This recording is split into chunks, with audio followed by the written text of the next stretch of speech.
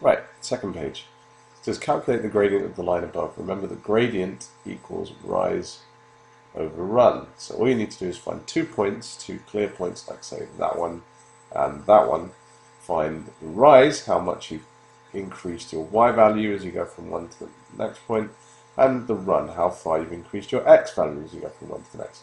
Well, clearly y value's gone up from 1 to 2, so it's gone up by 1, and the x value's gone up from 0 to 2, that's 2, so the gradient is a half.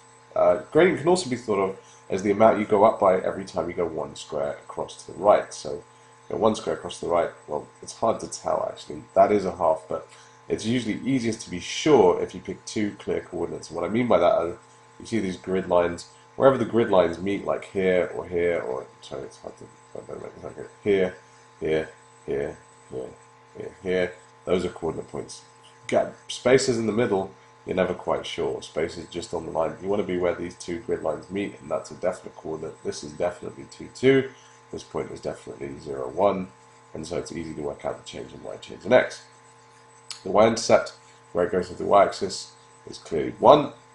And so by the rule that we talked about on page 1, that makes it y equals a half x, because it goes the gradient times x plus the y-intercept. And that's how we generate the equation for intercept and gradient.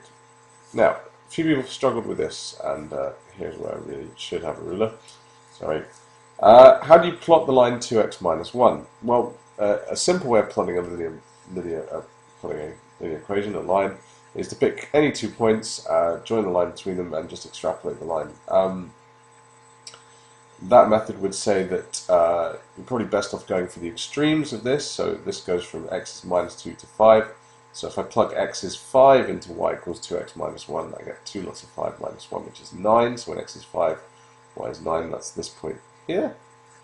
And when x is minus 2, we get 2 lots of minus 2 minus 1, which is minus 5 for y. That's this point here. I really am going to need something to create a straight line with.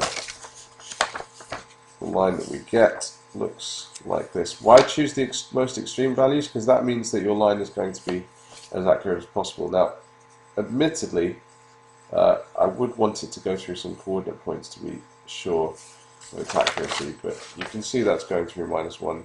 It's not a perfect line, but it's reasonably good. The other method is to say it goes through minus 1 as the y-intercept, and because the gradient is 2, every time I go across 1, I'm going to go up 2. So I go across 1 up 2, across 1 up 2, across 1 up 2, and just like that.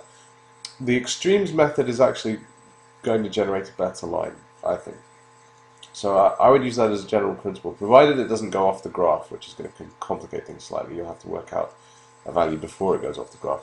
Go for the highest and lowest values of x, plug them into the equation, and find the points at the extremes of the line, and then join those up, and you should have the most accurate line you can. We use that principle again for y equals x plus 3. If we plug x as 5 in, we get 5 plus 3, which is 8. So this is the 0.58, and if we plug minus 2 in, we get minus 2 plus 3, which is 1.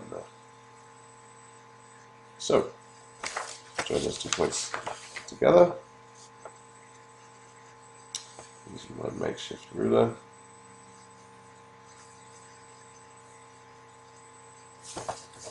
And, yeah, it's not brilliant, but what you can see is that the lines meet just about there. Okay, I didn't draw it perfectly, sorry. And that point is when x is 4 and y is 7. Now normally, if you were using this to solve an equation, you would write x equals 4, y equals 7, because you are solving equations in x and y.